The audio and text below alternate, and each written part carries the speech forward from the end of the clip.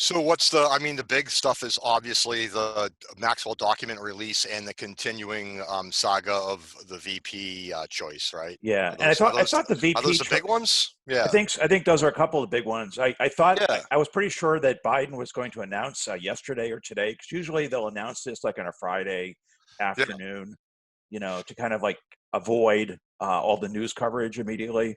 But he didn't announce it apparently, right? And it seems like I think there's a lot of pushback against Kamala Harris. That's my guess. So this is kind of my conspiracy theory, I think, for the day. Um, I think there's like a war going on behind the scenes. Basically, I think that Obama is pushing Susan Rice, who they owe because she took the heat of going out to talk to all the news crews after Benghazi attack and say it was a bad video and all that, right? And I think the Clinton people, because Kamala's sister was a lead advisor for Hillary, that they're actually looking to get Kamala in. So I think there's a push behind the scenes because whoever is VP will be president or will be, president along with the deep state and the DNC heads and Hillary or whatever, Right. And Yeah. isn't the So that, theory to get yeah. the worst possible, candidates so you can just barely win against Trump? Well, then again, it's the whole idea that do they even care about winning? Because what actually gets accomplished by both the duopoly, the Repubs and the Dems, is what they want, like more war and wealth for the wealthy, and worse distribution of wealth. And it's probably actually a lot easier for the Dems to not be in power and just fundraise off Trump bad, Trump bad, Trump bad.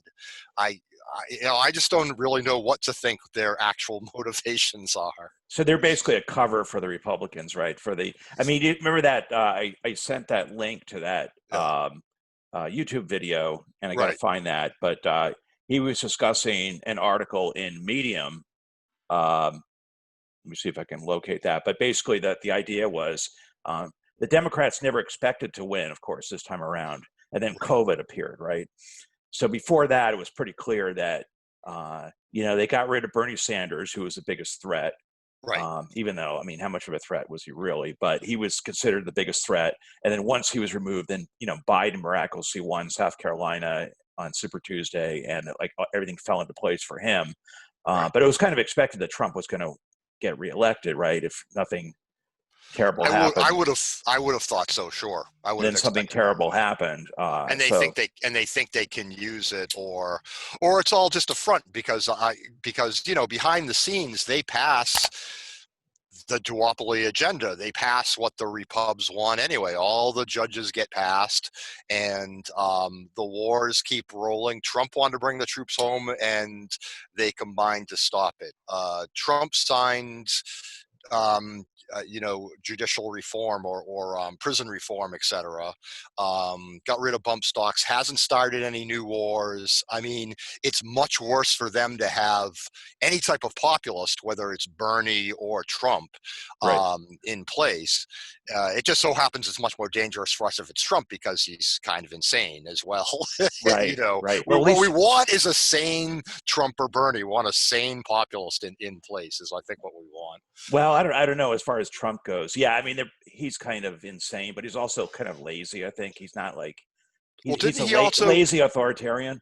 did he Right? actually do Is this? that Or there term? was talk about he was signing an executive order for importation of drugs from Canada. I mean, this is like a Bernie dream that Cory Booker and other Dems voted Oh, I against. didn't hadn't heard about that, but that's all the more reason to get rid of Trump, right, and get Biden in there, so they can go back to normal. But Exactly. I found the article. Okay, so the article originally that this, and I'll give you the video in a second, but it was Russell Dobular, who doesn't really have much published out there, Dobular, and uh, it was in his website is called Due Dissidence, as in due diligence, but due Hmm. dissidence.com, and the title was Joe Biden is a Trojan horse inside the Democrats' new right-wing coalition. So the gist of the article was that Joe Biden is kind of he's a way for the Democrats to consolidate conservative establishment, I mean, for lack of a better word, right-wing forces against the progressive challenge from the popular left challenge to the Democratic Party, basically embodied through Bernie Sanders, but others as well. So the idea is that they could get the person who was the least, just a little bit to the left of Trump and get him elected, and then basically he would, return things to the imperialist, neoliberal, neocon status quo. So with Biden, no doubt about it that happens. Of course, I mean, Um, I'm sure there are. I mean, there are a whole lot of Republicans that probably would prefer, Biden to Trump as well. The ones that are invested in the war machine and everything. right. Okay, so the YouTube video I saw was it's called Howell Underground, Okay. HOWELL. And this guy, I mean, he basically just reads articles with his commentary, but it's very entertaining. I've only watched a few of them. Oh, okay. And I think I sent you that video a couple days ago, but and that's where he, read that article, the Medium article by Dabular about Biden being a Trojan horse. And I thought it was really kind of on the money.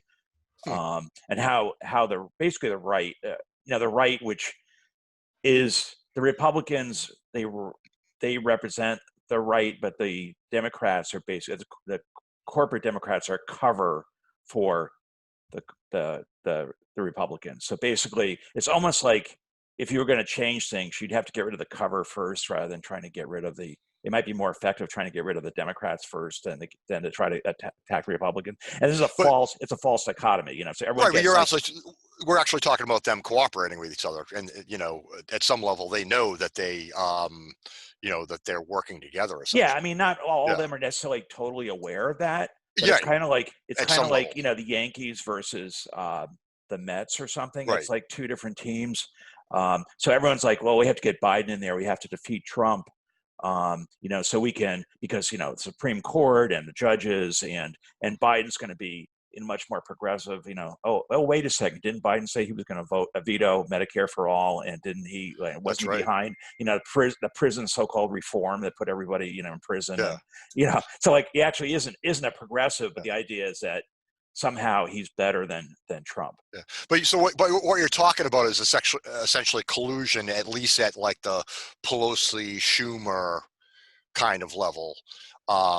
It would have to be, setting the agenda and so forth. The way Nancy will, just go pass all the judges. Right. Well, I mean, the Um, collusion is not the puppets who are the politicians, but the puppeteers, who pull the strings. So I mean, there are, as far as the puppeteers go, it doesn't really matter which puppets in the White House, whether it's a Democrat or a mhm, Republican, as long as they're serving the same goals, right? So I mhm. mean, whether Schumer and Pelosi are consciously, conniving with Mitch McConnell, and I don't know if they necessarily are. I don't think they really hang Yeah, out together, when they're whatever. But I yeah. think there is some kind of You're saying the effect is the same. the effect is the same. Yeah, you have to Puppet look at the masters effect, might be at a whether high. or not. Puppet masters might be at a higher level. Right, Right. Yeah. right, Yeah. Yep. right.